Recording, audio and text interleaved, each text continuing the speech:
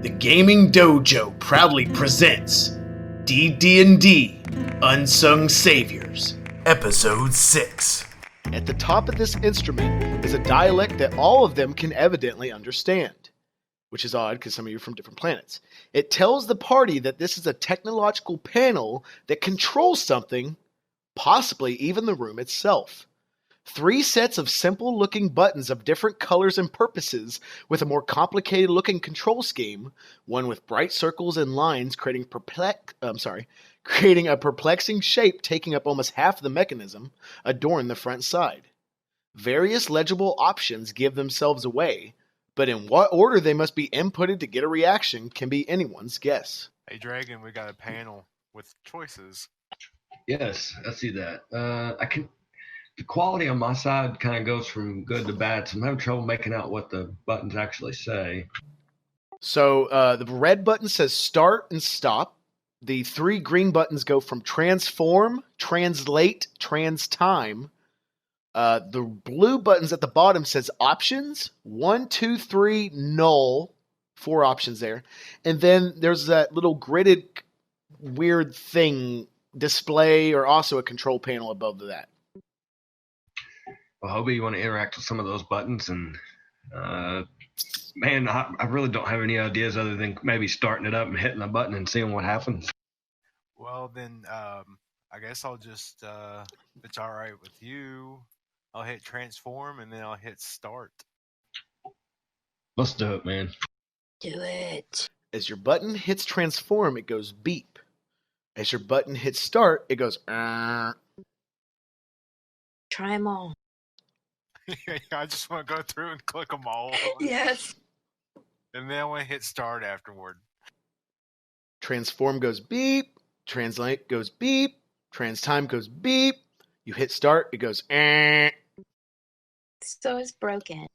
Aowen, with your missed, come on now, with your missed expertise, maybe you don't want to give away the answer. You probably already know it. Who the fuck knows? But do you have anything to say, Luca? Maybe. I have an idea.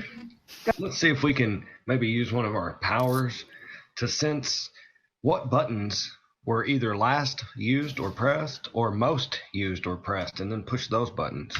Oh, Richie.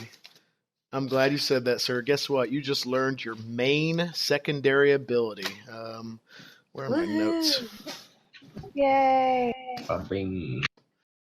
So, Dragon, yours is convey understanding. Yenin's, what he unlocked was uncover knowledge, because his divine principle is to protect sacred knowledge. When he tried to sense something from that black sun, I showed you all an infograph of something called a core sun. I only give you like maybe 8 seconds to look at it and had all fucking shit, crazy shit information on it.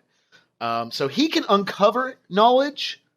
You can actually make it understandable. Like you can translate shit if no one knows it. You can kind of just maybe understand something by looking at it. Kind of like the Matrix where you can, upload judo or whatever.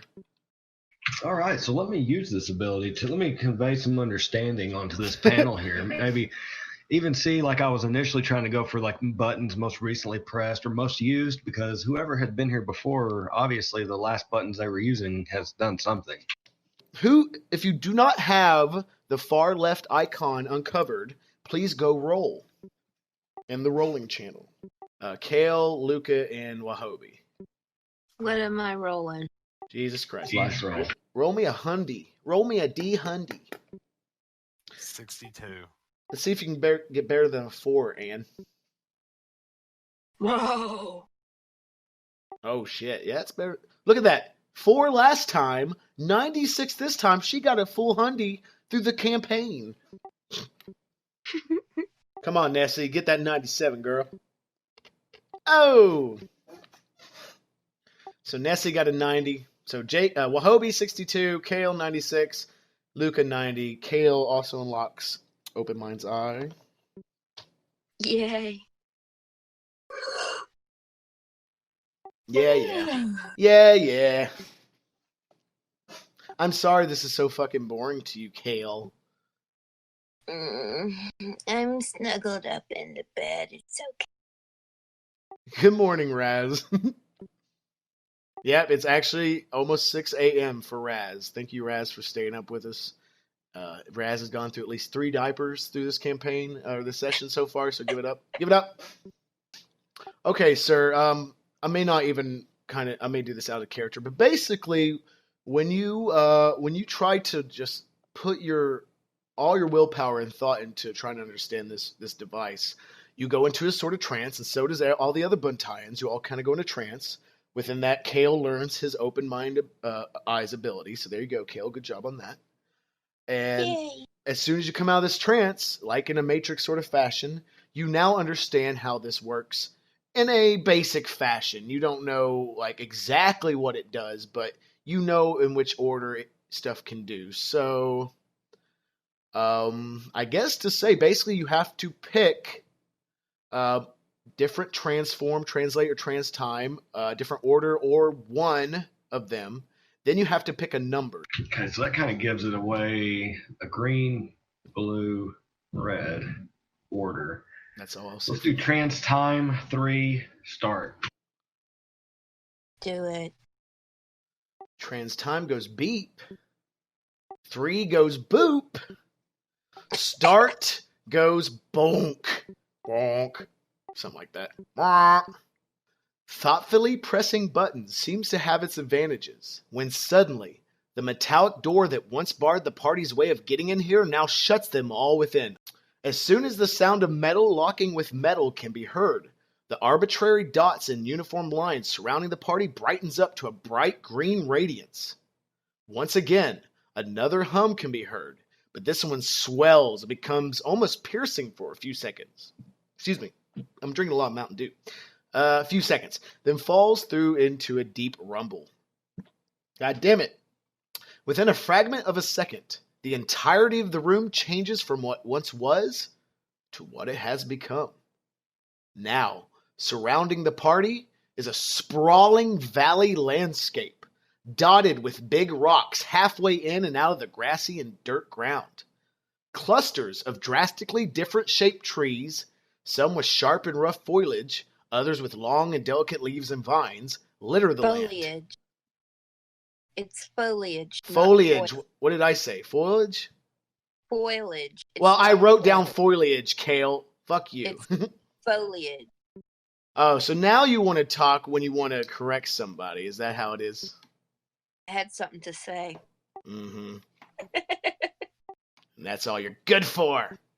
Yep. That's it. Fuck you. While a steep ravine with a river carving through it can be found off to the north. No evidence of civilization can be seen in any direction, but many types of wildlife can be heard and seen everywhere. Right before the group decides to start walking around, trying aimlessly to figure out what has happened and where they might be, a humbling and familiar voice starts as a faint whisper in the minds of each Buntaian. With that being said, I guess that means the rest of you unlock Open Mind's Eye because Ruma is literally talking to you like without being there. So now he's like telepathically talking to you. So is the door still closed, you said? So think of this as literally a hologram room from Star Trek. I was trying to ask that earlier if it was a holodeck. Oh yeah, totally. You gotta have a holodeck, man. It's actually a good idea. It's also, and this is a Dragon Ball throw. It's like the goddamn, what's that big long name, Jake, for that fucking room they train in? Hyperbolic time chamber. You got it. Damn invisible walls. Right on, man. True that. And then the voice grows within seconds and becomes as clear as if Ruma was there before them. In their mind's eye, they can sense a voice say, "We are gladdened that you are crafty enough to find your own way here." Kind of. This chamber has been modified numerous times over a millennium, but has never deterred from its original purpose. That of roiling the spirits of those who would fight for others, to harness and temple the souls of those who would rally to a just cause. Wahobie and Dragon may already know of what I speak of, better than the rest of you. Please, feel free to use this facility to your heart's content, so that you may hone your skills and eventually learn of your most dire of weaknesses and your most saving of strengths. Oh, okay. So we're like on the training deck. Raz, what? Speak, son. Wait. Raz has to change his diaper again. All right, Raz, I don't know what your problem is. What's going on over there? I'm going to probably mute you. I'm not sure what's happening. Okay, so Richie is correct. I will go ahead and say that. Dragon is correct. This is a place for you all to hone your abilities, to test the fighting system. So this is basically a tutorial, a mini tutorial within the tutorial campaign that is the basic of the fighting system. But yeah, you're correct, Dragon. So from this point on, I'm going to be out of character. Whenever you're all ready, we'll get started with this, and I hope you all like it. We're going to be using a lot of rolling for this, but we'll see how it goes. Okay, so the panel's still there, right? You know, most of the settings changed, but the panel, I guess, is still there. Since there are a physical perimeter, you do see like the control panel kind of maybe on a tree, on a rock. It's on something. I actually want to test my wind power now that I'm outside. I know it's artificial wind. Can I still attempt to utilize it? Yeah, totally. Yeah. And did you say you wanted to try controlling wind? Would that mean you're trying to sense the wind? Yes, I want to attempt to do that. You know, we've been pretty well devoid of any kind of wind or air at all. So I'm, really itching to test this out. So you do indeed are able to sense wind currents around you and even what seems like miles off. There you go, Dragon. You just unlocked Sense Wind. Now, is that separate from Control Wind? That is, sir. That's going to be two different icons. And, they're almost they're not basically the same. They have different utility uses, you know what I mean? But, yeah. So now you got 4, I want to say. Okay.